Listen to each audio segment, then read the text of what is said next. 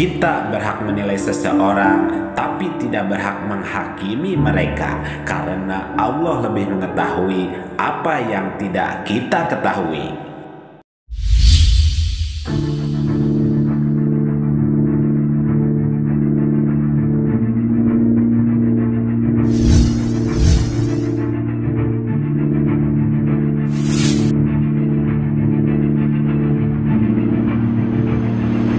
Assalamualaikum Sobat Islam.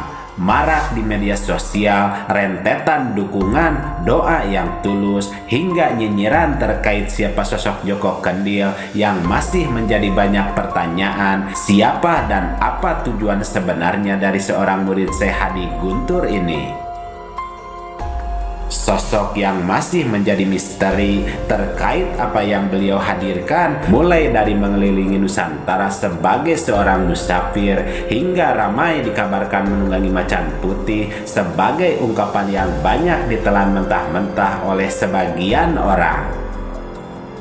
Banyak yang mengatakan bahwa Joko Kendil menunggangi macan putih hanya halusinasi, berjalan tidak semuanya ditempuh dengan jalan kaki, hingga nyinyiran bahwa Joko Kendil adalah seorang dalam gangguan jiwa yang itu katanya bisa dipertanggungjawabkan kebenarannya. Akan tetapi ungkapan yang mentah hingga menganggap remeh seorang Joko Kendil seolah tahu persis siapa beliau sebenarnya, menjadi ungkapan yang bisa saja melukai seorang Joko Kendil tersebut. Dan apakah itu sikap dangkal kita untuk menilai dan memvonis orang lain dengan sebegitu mudahnya, hingga mengatakan hal yang mungkin saja bisa menyakitkan tanpa melihat sisi baik yang ia hadirkan? Hingga Buya Yahya menyampaikan hal penting ini. Selengkapnya mari kita bongkar dengan menyimak videonya sampai selesai agar tidak salah paham. Ingat, siapapun Anda, kalau Anda mudah berprasangka buruk kepada seorang, maka jangan tunjuk orang itu jelek. Langsung saja dengan kecerdasan Anda, saya yang kotor. Kenapa saya mandang kejelekan orang? Apalagi kejelekan yang masih dalam dugaan. Inilah latahnya orang kita yang terlalu cepat mengambil kesimpulan sebab ungkapan orang yang katanya bisa dipercaya. Ungkapan yang baru-baru ini beredar bahwa sosok Joko Kendil adalah seorang dalam gangguan jiwa, hingga mengundang banyak orang ikut mengomentari buruk seorang Joko Kendil tersebut. Dan perlu kita gariskan, siapapun orang, selama beliau masih meninggalkan kebaikan, seburuk dan sehina apapun orang tersebut, kita tidak berhak untuk memvonis, karena bisa jadi dia lebih baik dari kita dalam pandangan Allah Subhanahu wa Ta'ala. Melihat banyaknya pandangan berbeda hingga menuai komentar beragam soal doa dan dukungan hingga nyinyiran terkait siapa Joko Kendil, inilah wejangan dari Buya Yahya terkait hal yang mungkin sama. Hal yang menjerumuskan kita juga adalah prasangka buruk. Orang berprasangka buruk adalah terjerumus. Sebetulnya itu berangkat dari hati yang kotor. Hati yang kotor. Lalu kerinduan, keinginan untuk mencari-cari kesalahan orang lain. Awalnya semacam itu. Akhirnya kelihayan dalam mencari kesalahan orang lain itu akan berkembang, sehingga mudah melihat orang lain dengan pandangan negatif, prasangka buruk. Maka dari itu, mari kita membiasakan dengan prasangka baik. Dari mana kita memulainya?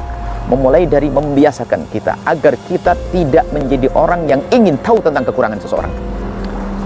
Ingat bahwasanya kalau kita suka mencari-cari kesalahan seseorang, Allah yang akan mempermalukan kita. Allah akan rendahkan kita.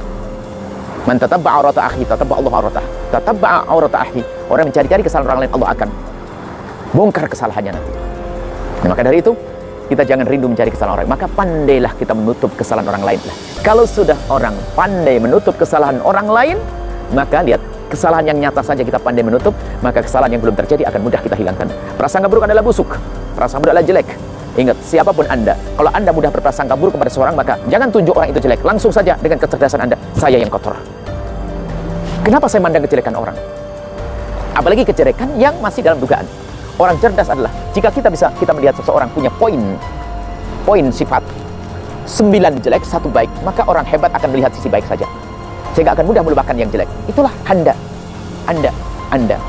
Dan kalau sudah terbangun dan prasangka baik, mudah berprasangka baik, kemudian setelah itu kita tidak berkeinginan untuk melihat kesalahan orang lain, kemudian kita mudah memaafkan, lihat apa yang terjadi di dunia.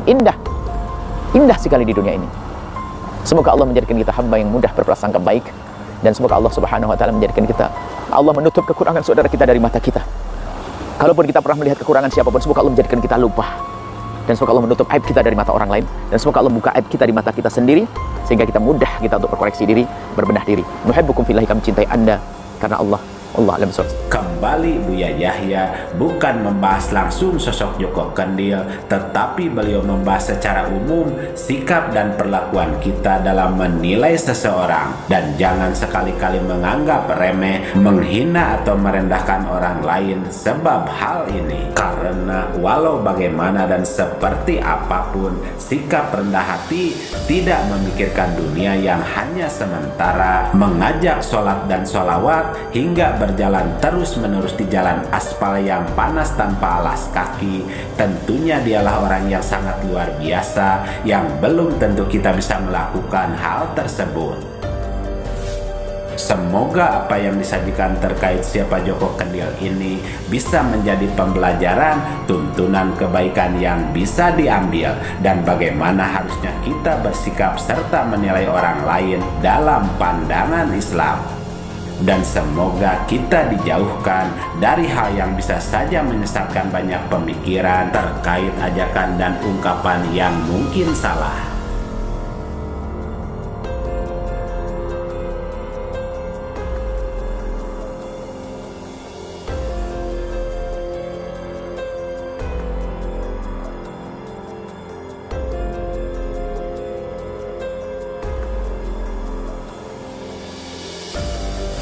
Mari kita bijak dan cerdas serta selalu mengambil yang baik dan meninggalkan yang kurang baik terkait berita dalam video ini maupun yang lainnya. Dan kita ambil saja hikmah kebaikan serta bisa melaksanakan sisi siar yang beliau sampaikan. Demikian ulasan kami, semoga ada manfaatnya. Mohon maaf atas segala kesalahan dan kehilapan. Wassalamualaikum warahmatullahi wabarakatuh.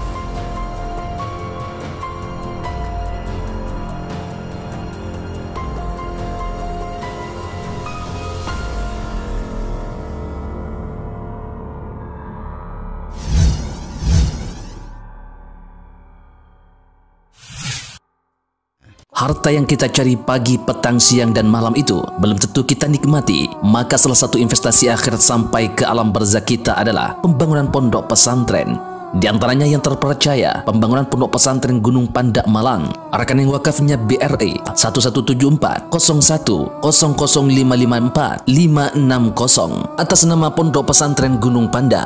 Jangan lupa kontak konfirmasinya 0822 2847 0705. Berkah rezekinya, anaknya anak soleh soleha menjadi penghafal Al-Quran, dan negeri ini menjadi beldatun thayyibatun wa rabbun ghafur. Pahala terus mengalir meski umur kita telah berakhir.